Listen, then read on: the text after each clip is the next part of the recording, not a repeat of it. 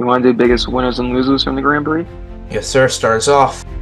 Huge news broke today. Daniel Suarez is out after this year. I think if Zilisch is available, I think he should maybe go for the 48 instead of 99. That's just my opinion. Indy has released some info about the new 2028 cars. Did you see the Austrian Grand Prix got extended to 2041? I mean, it did 144 million opening weekend. Okay, what's up, everybody? Welcome to another episode of Good Times and Finish Lines. My name is John. I'm Rylan. I'm Aiden.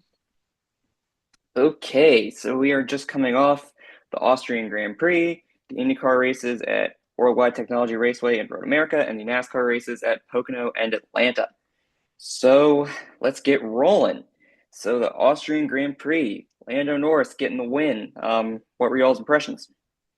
It was a good race by him. I mean, great qualifying lap in the end. I was very impressed by that.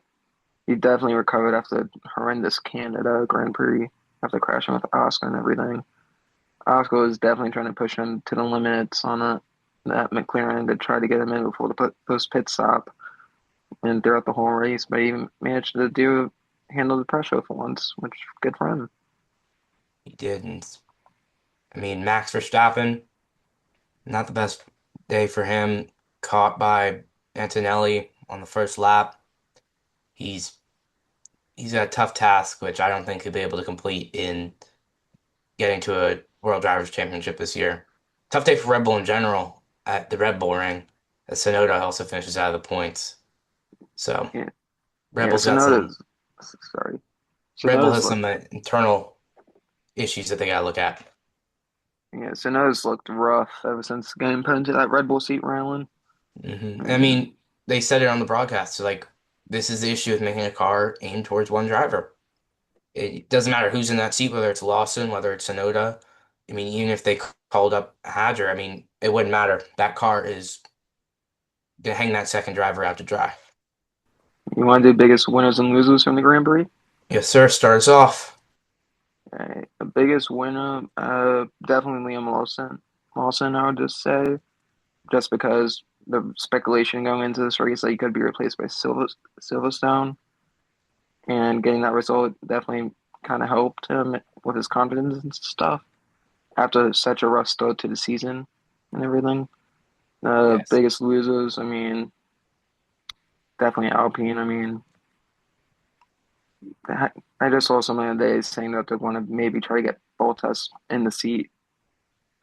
Just they're so rough. Flavio Briatore is making that team rough. What about you, Rylan? For me, my biggest winner, Sauber, double points. I was not expecting them to do that at all this season. That is their first double points since Qatar in 2023.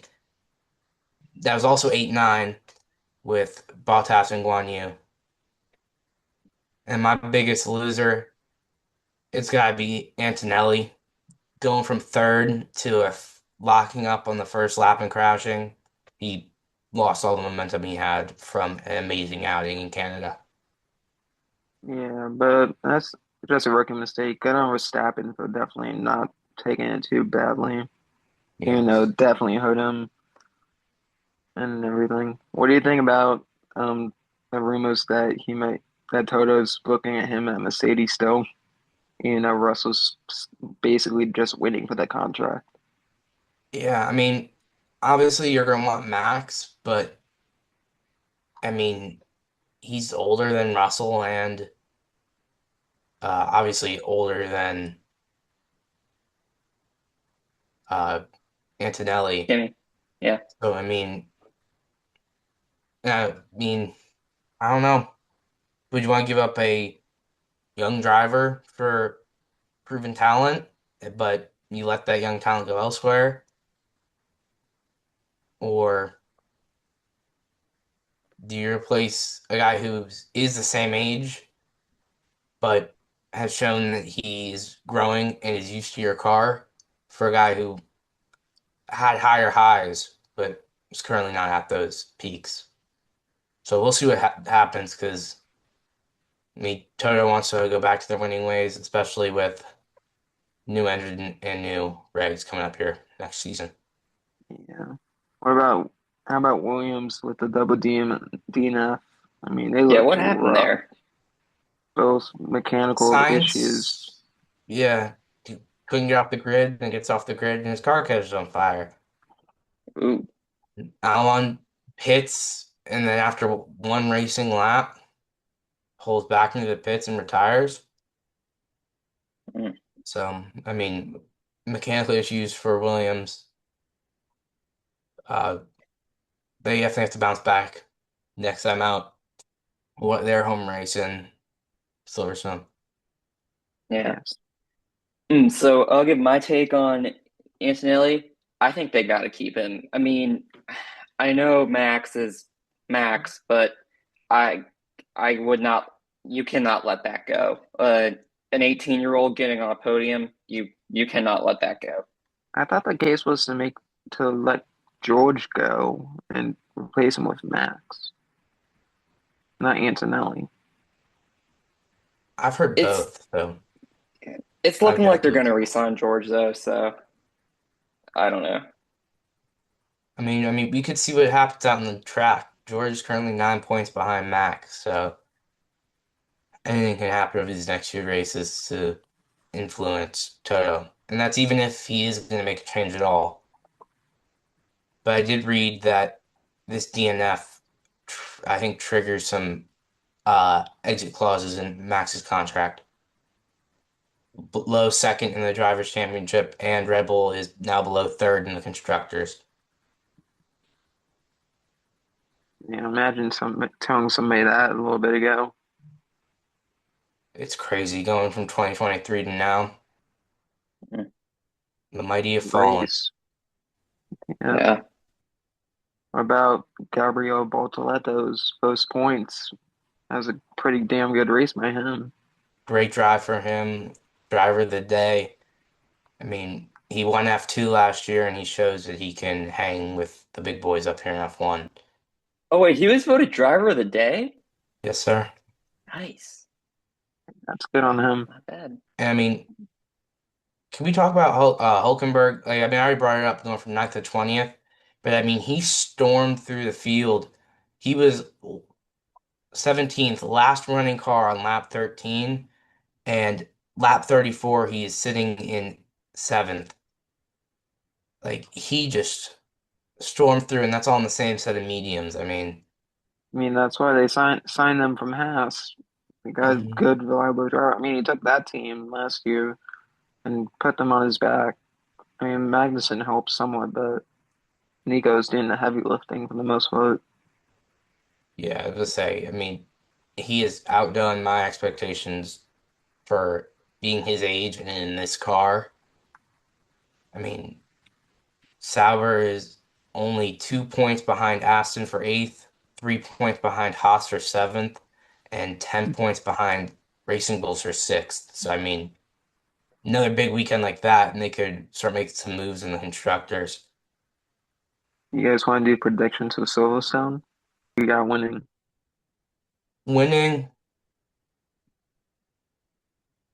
I think I'm gonna go Lando. It's his home race. He's gonna, and after the crash in Canada, I think he's gonna be putting the pressure on. But he's definitely gonna have to push at Silverstone. And I'm also gonna make a prediction that I think one of the Sours will also finish in the points at the British Grand Prix. All right. I don't know why. I just think Ferrari's going to disappoint this weekend. I don't know why. They just had a really good weekend, which Fred Vasseur wasn't there, by the way.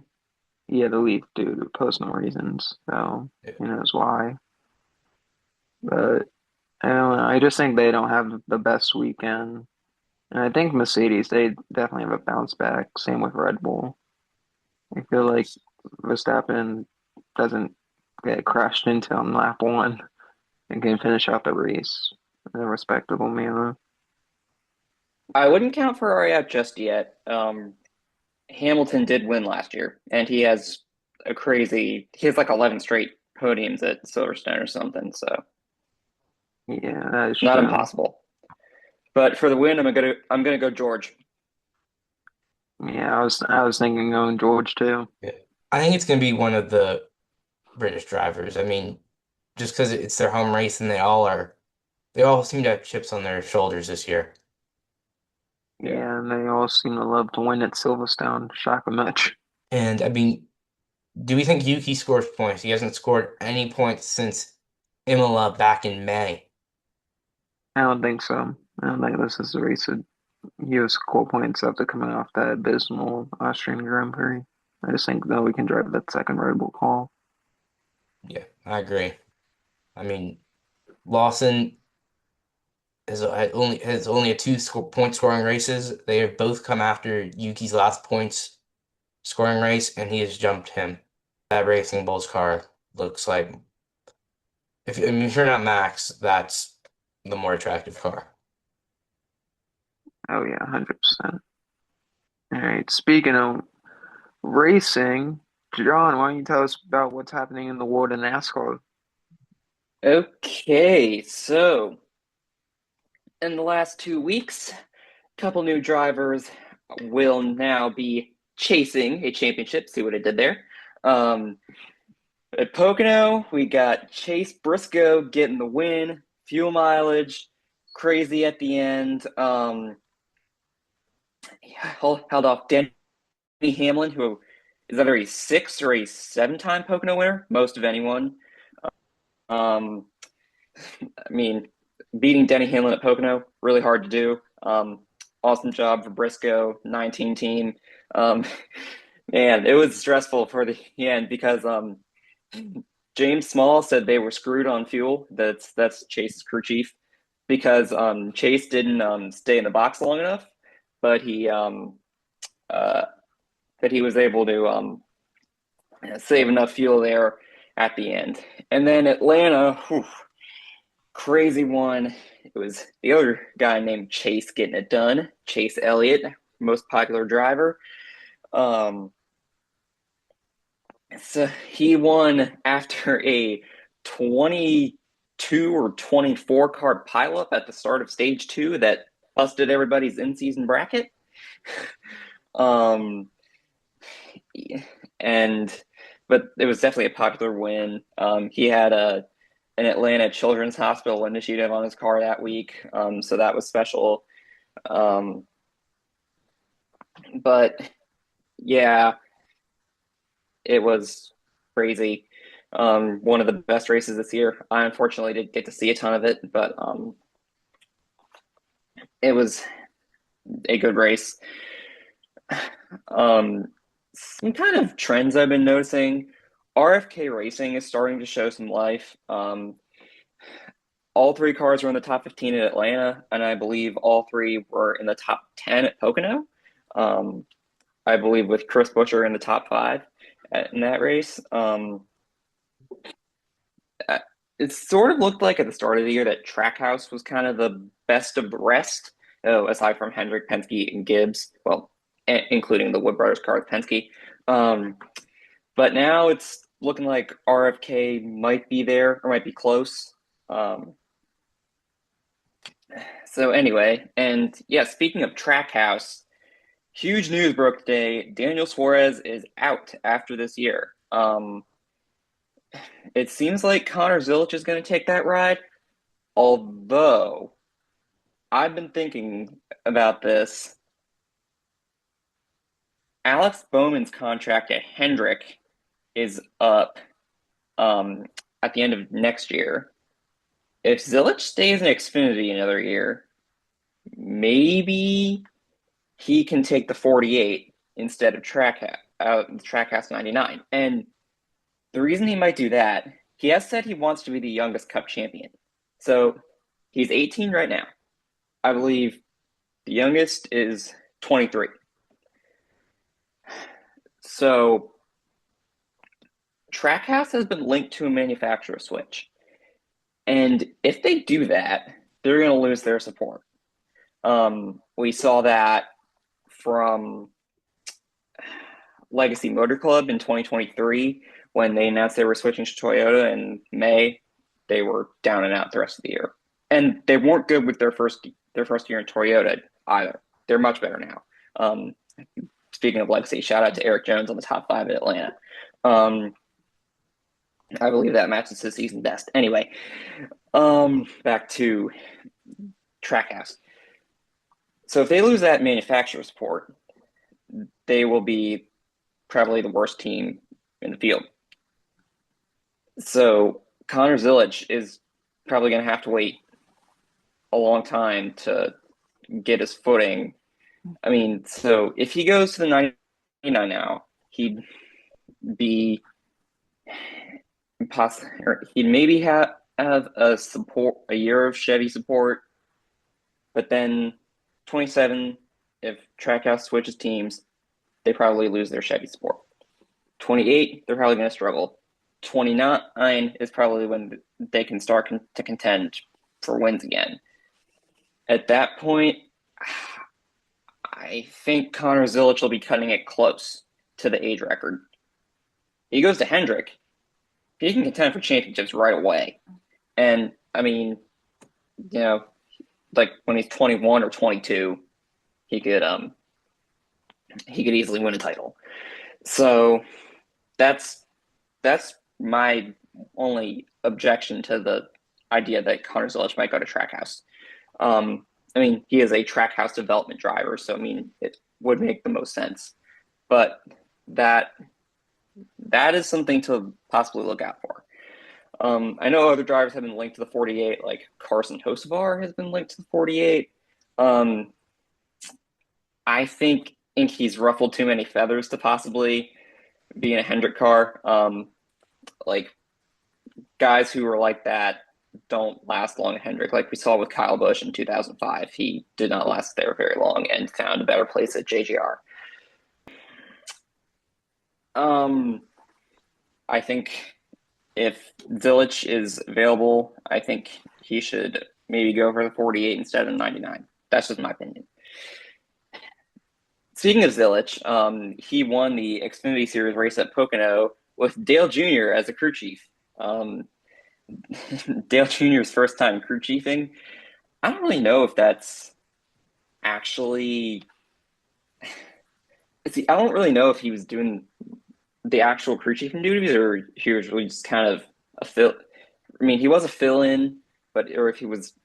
I don't know if he was actually doing the crew chiefing duties or if he was just kind of just taking orders from Marty Limley, who was suspended, who was the usual crew chief. But I think that's cool for Dale to get a win as a driver, an owner, and a crew chief in NASCAR. Only one of 7 people to do that, I think. Yeah. So anyway, I've kind of gone on a tangent here. So I mentioned the in-season bracket. Rylan, you want to pull that up? Yes, sir. I mean, as you already said, this crash. I mean, it's crazy looking at the race by race results. Yeah. Out of the top 11 drivers, 3 finished top 10, 1 finished 17, and the rest all finished below 30th. You got Cody Yeah. Ware, the current last place full-time runner, his first top 20 finish of the season, and you also have two drivers who are ineligible for driver point scoring with Zilisch in 11th and BJ McLeod in 16th. Only the third and fourth times respectively that a ineligible driver has scored in a top 20 finish this year. Wow. So, I Yeah. mean, you have the Dang, one that's seed crazy. losing, you have the two seed losing, you have the 4 seed losing. Oh, did either of you see what Ty Dillon said after upsetting Denny Hamlin? What do you say? He said, "Hey, Denny fans, I beat your favorite driver." Like Denny says after he wins. That was perfect. Yeah. I think the final count is 10 drivers that were the lower seed, one out of the 16 Mm, 16 head-to-head matchups. wow. Yeah. Like That's you got pretty crazy. 32 versus 17, 8 versus 9, 12 versus 5, 20 versus 29, 31 versus 15, 26 versus 23, 22 versus 6, and 14 versus 3 here this weekend in Chicago. Nice. Yeah. Which And the speaking funny of thing is, you said more of the lower seeds won, but of the ones that didn't, like Joey Logano was the 25 seed. He's a two-time Atlanta winner, so he won the pole for that race, so he was definitely one of the favorites, but he was wiped out. Um, and so we have Bowman moving on. But yeah, um, or wait. that is it was insane this past couple weeks. Um, One last topic. You mentioned Cody Ware. Cody Ware obviously drives for his dad's team, Rick Ware Racing, which was just bought this week. Or well, I don't know if it was full on purchase, but bought into by TJ Putcher, who is one of the co-founders of Spire Motorsports. And Putcher has some ambitious goals for this team coming up here. He wants to try to make it a three-car team at some point, and try to maybe improve that performance, which I think they need. Also, don't know the um, don't know the reliability of this, but I've heard the team sold for $100 million, which is Gee, a lot. I mean, for the slowest team in the field, $100 million. that's Man, good for the sport, though. It shows that level of investment that people want to put into it. I know, but yeah, it's crazy. Speaking of Atlanta, John, I heard people, they said they want the race to be moved to the 4th of July. So it's like on the night of the 4th. What are your thoughts on Whew, that? that would be cool. I mean, I feel like they've kind of been looking for a good 4th of July slot race for a while. They had it, or Daytona was the one for many years. Then during COVID, everything got messed up. They moved it to Indy, or well, actually, they were going to do that before COVID anyway. But they moved it to Indy, which was okay, but that was the last race on the Indy Oval in Gen 6. Then they moved it to Road America, but I think some of the more traditional fans didn't want it at a road course. So, of course, they would move it to Chicago. Um, but I think Atlanta would be good, especially since of like the three drafting style tracks, people have called it probably the best one. So, Also, how yeah. was the TNT broadcast as we moved off of Prime here for the in-season challenge? I heard it was pretty good. Yeah. Unfortunately, I didn't get to see a ton of it.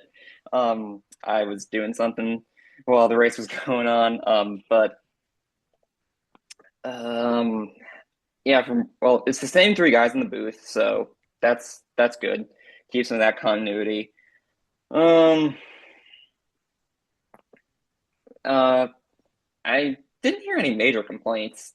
I heard maybe there were some issues with sound mixing, but other than that, yeah, it was fine. So yeah, good. Good to have another solid broadcast. So let's talk a little IndyCar now. So no new winners since we last spoke. Kirkwood won at Gateway, and Pillow won at Road America. Really, the only big thing that happened, I feel like, was the New Garden crash. You guys want to talk about that? Yeah, that was a crazy crash. Didn't he get flipped on like his head, Yeah, Yep. basically? Thank God for the Halos, man. Those yeah, Yes. saved I don't know how many lives now, but I mean, didn't it yeah. also save it's in an great. F2 race this past weekend as well?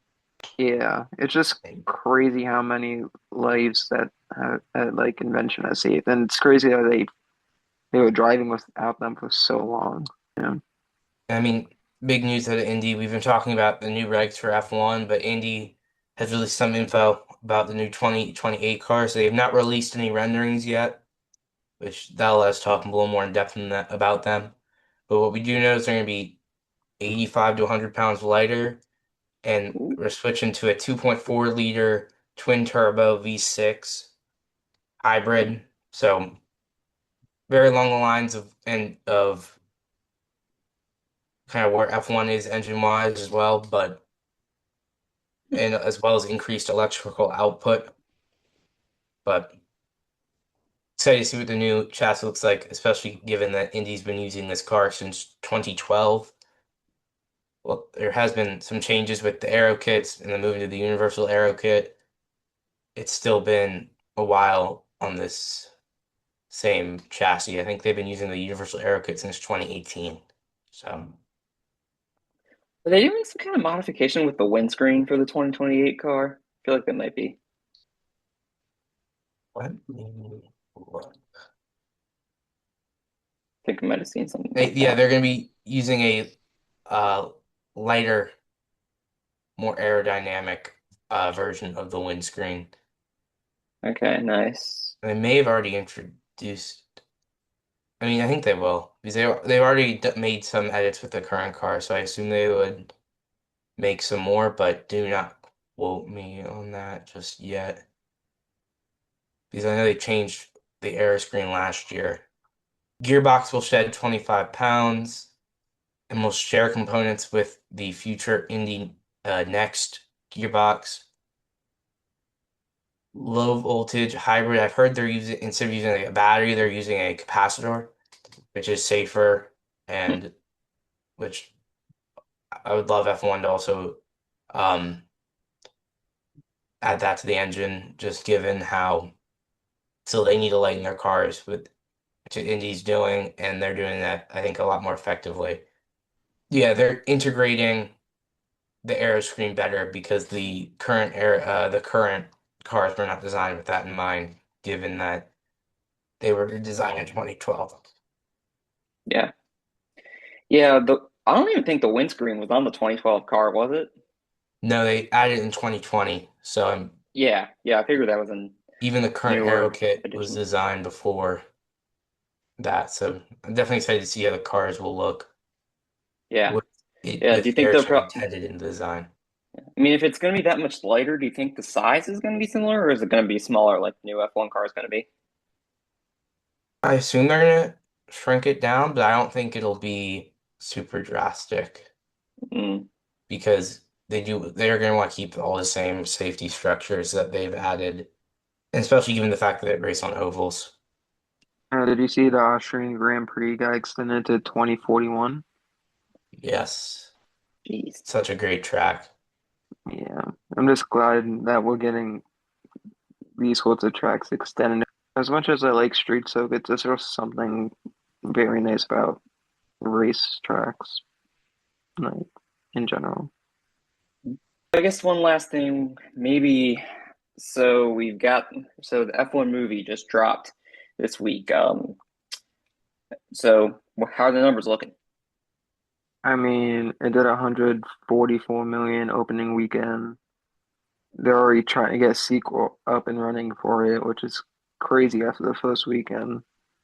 I mean, Exactly. I guess Apple just saw the success of it and were like, let's take it to the box. But the director, him and Tom Cruise was at the F1 premiere, and he was hinting that maybe they can do a Days of Thunder and F1 like crossover movie, which Hmm. honestly I would see that no matter what, because that Yeah, that'd be really fun. they're like putting two of the greatest actors in the same movie, Yeah. and they're both co-starring in a racing movie. Like that's awesome, and you know they're going to drive the cars for real. You know it. Yeah. That'd be something. Um, yeah. I wonder. There are actually a few famous guys have actually hopped in some stock cars this year. We've got Frankie Muniz running full time in the Craftsman Truck Series, and we've had Cleese McFarland run a few ARCA races this year. I wonder. Um, actually, coincidentally, they've both driven the 30 ARCA number 30 ARCA car for Rhett Jones Racing. I wonder maybe we'll see Brad Pitt or Tom Cruise hop in that car next year at Daytona. That would be lit. Um, yeah, I have heard that there is a Days of Thunder 2 in the works with Cruise. No other details.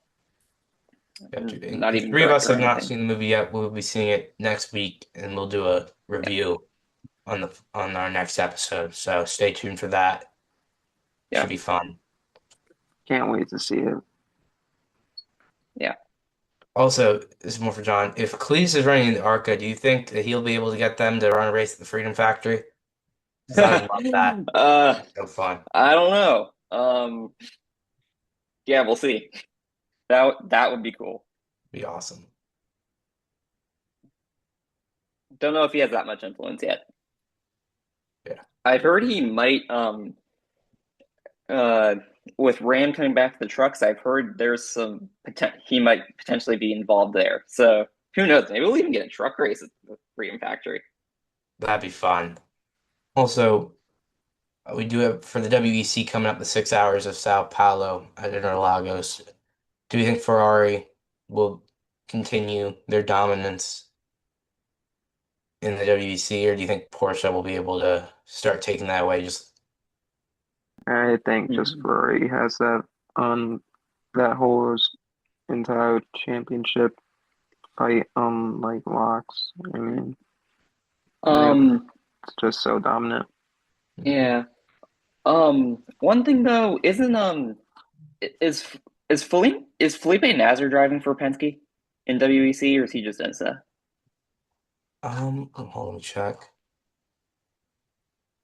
He is not, unless he's driving a GT3 car. He's not. Ah, okay. Well, I was gonna say, he's Brazilian, right? Because if he's Brazilian, I was thinking maybe a home race maybe meant a little mo extra motivation for him. But yeah, I don't see what could be going in Ferrari's favor. Although maybe the 83 upsets the 50 and the 51 again. I don't know. Yeah. Big momentum after Le Mans. I mean, in that case, it'll play into Porsche's hand with the way points are handed out. Yeah. Yeah, and that same day, IMS is also out of the US. They're going to be at Motorsport. Mm, So it's going that's to a be a fun track. very fun America's weekend for endurance racing. Okay. Yeah, so uh yeah, looking ahead, we've got the IndyCar races at Mid-Ohio and the Iowa doubleheader. NASCAR has Chicago and Sonoma, so a lot of road course action. And um F1, we have Silverstone. That was a fun one last year with Hamilton snapping the losing streak. Um, so yeah, I think we got some good action coming up. I think that is gonna do it for this episode. Thank you all for watching. Feel free to leave comments. We might read them on the show.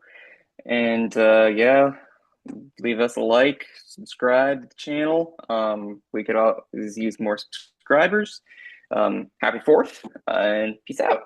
Yes, happy 4th, everybody.